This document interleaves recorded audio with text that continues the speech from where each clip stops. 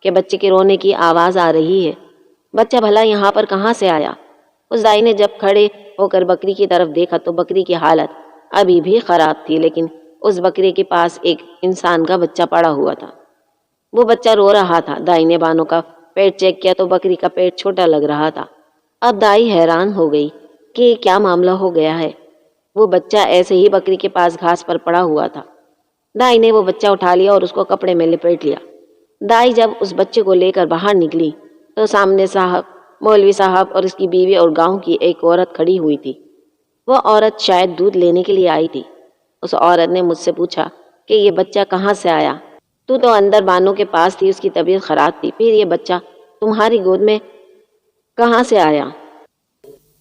وہ عورت شاید دودھ لینے کے لیے آئی تھی۔ اس عورت نے مجھ سے پوچھا کہ یہ بچہ کہاں سے آیا؟ اندر بانو کے پاس تھی، اس کی طبیعت خراب تھی، پھر یہ بچہ تمہاری گود میں کہاں سے آیا؟ دائی کہنے لگی کہ اب میں تم لوگوں کو کیا بتاؤں کہ یہ بچہ کہاں سے آیا ہے، مجھے تو خود بھی نہیں پتا۔ اب جلدی جلدی اس بچے کو سنبھالو ورنہ یہ بچہ بیمار ہو جائے گا۔ مولوی صاحب کی بیوی نے آگے بڑھ کر اس بچے کو پکڑ لیا اور اس بچے کو لپیٹ کر اندر کمرے میں لے جانے لگی۔ مولوی صاحب نے دائی سے پوچھا کہ بانو کیسی ہے؟ میں نے اس سے کہا کہ بانو تو ٹھیک ہے، لیکن اور معاملہ خراب ہے، اتنے خراب ہے کہ تو انہیں ٹھیک کر بھی نہیں سکتا۔ مولوی صاحب کہنے لگے کہ اے دائی اماں، کیا گھما پھرا کے باتیں کر رہی ہو؟ صاف صاف بتاؤ کہ کیا ہوا ہے۔ میں نے مولوی سے کہا کہ تمہاری بکری کو بچہ پیدا ہوا ہے۔ مولوی کہنے لگا اچھا تو بچہ کیسا ہے؟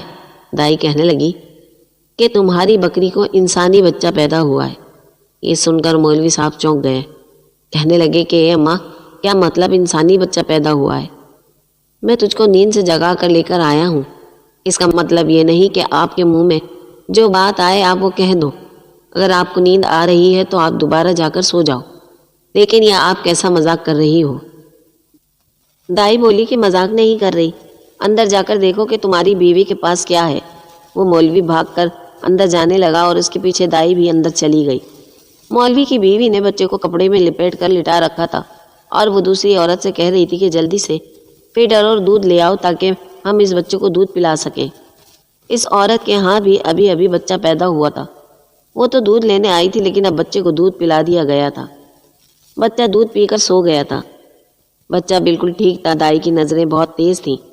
دائی بچے کو دیکھ کر بتا دیتی کہ بچہ ٹھیک ہے یا نہیں۔ بچہ دودھ پی کر سو گیا، لیکن اب گھر والوں کا سکون خراب ہونے والا تھا۔ مولوی صاحب تو اپنا سر پکڑ کر زمین پر بیٹھ گئے۔ مولوی صاحب کہنے لگے یہ کون سا زمانہ آ گیا ہے کہ اب جانور انسانی بچوں کو پیدا کریں گے؟ آپ لوگوں نے میرے ساتھ کوئی کھیل تو نہیں کھیلا؟ وہ کہنے لگی کہ ہم نے تمہارے ساتھ کوئی کھیل نہیں کھیلا۔ اب تم بتاؤ کہ یہ معاملہ کیا ہے؟ وہ تیری بکری تھی تو اس کے آس پاس رہتا تھا، تو اس کا خیال رکھتا تھا۔ مولوی صاحب کہنے لگا اب میں کیا کر سکتا ہوں؟ میں تو خوش تھا کہ میری پیاری بانو ایک میمے کو پیدا کرے گی، لیکن مجھے کیا پتا تھا کہ انسانی بچہ پیدا ہوگا۔ لیکن مولوی صاحب کی بیوی عجیب ہی حرکتیں کر رہی تھی، نہ کچھ بول رہی تھی نہ کچھ کہہ رہی تھی۔ بچے کو پیار سے پکڑ رکھا تھا جیسے دائی اور مولوی حیران تھے۔ اس عورت کو بھی حیران ہونا چاہیے تھا، لیکن وہ حیران نہیں ہو رہی تھی۔ وہ اپنے لوگوں سے کچھ بھی بول نہیں رہی تھی۔ دائی اور مولوی صاحب بہت ہی پریشان اور حیران تھے۔ دائی جب اس عورت سے پوچھا کرتی تھی کہ تجھے بچوں کا شوق ہے تو وہ عورت کہتی کہ نہیں، مجھے بچوں کا شوق نہیں ہے، لیکن اب وہ عورت اس بچے کو ایسے پکڑ کر بیٹھی تھی جیسے خود سے اس بچے کو جدا نہیں کرے گی۔ اب اس عورت کا بچے کے ساتھ ایسا رویہ تھا کہ جیسے اب اس کو بچے کے بغیر سانس ہی نہیں آئے گی۔ دائی نے مولوی کی بیوی کو کہا کہ اب تو بھی اپنے منہ سے کچھ بول دے۔ وہ بولی کہ اب میں کیا بولوں؟ میرے بولنے یا نہ بولنے سے کیا ہو جائے گا؟ یہی اس بکری کو اٹھا کر لائے تھے اور یہی اس بکری کے پاس ہمیشہ آس پاس رہتے تھے۔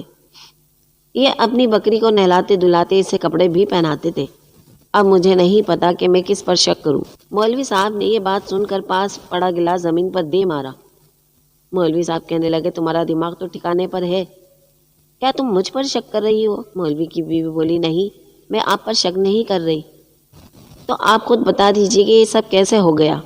خیر اس کے بعد مولوی نے کہا کہ اب بچے کا کیا کرے۔ اس سے پہلے کہ دائی کوئی بات کرتی مولوی کی بیوی بولی کہ بچہ آپ میرے پاس رہنے دیں، ہمیں رب نے اولاد نہیں دی،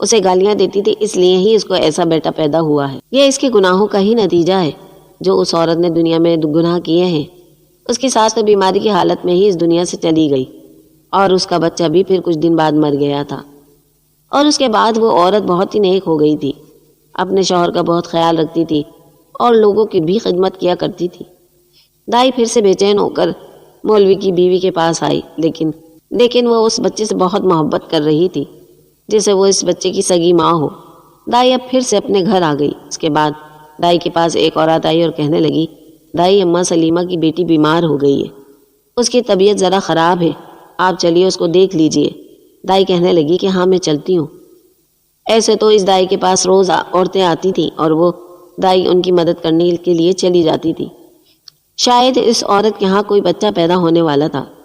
دائی کو پتہ چل گیا تھا کہ کس کی بات ہو رہی ہے، کیونکہ دائی سلیمہ کو اچھی طرح سے جانتی تھی۔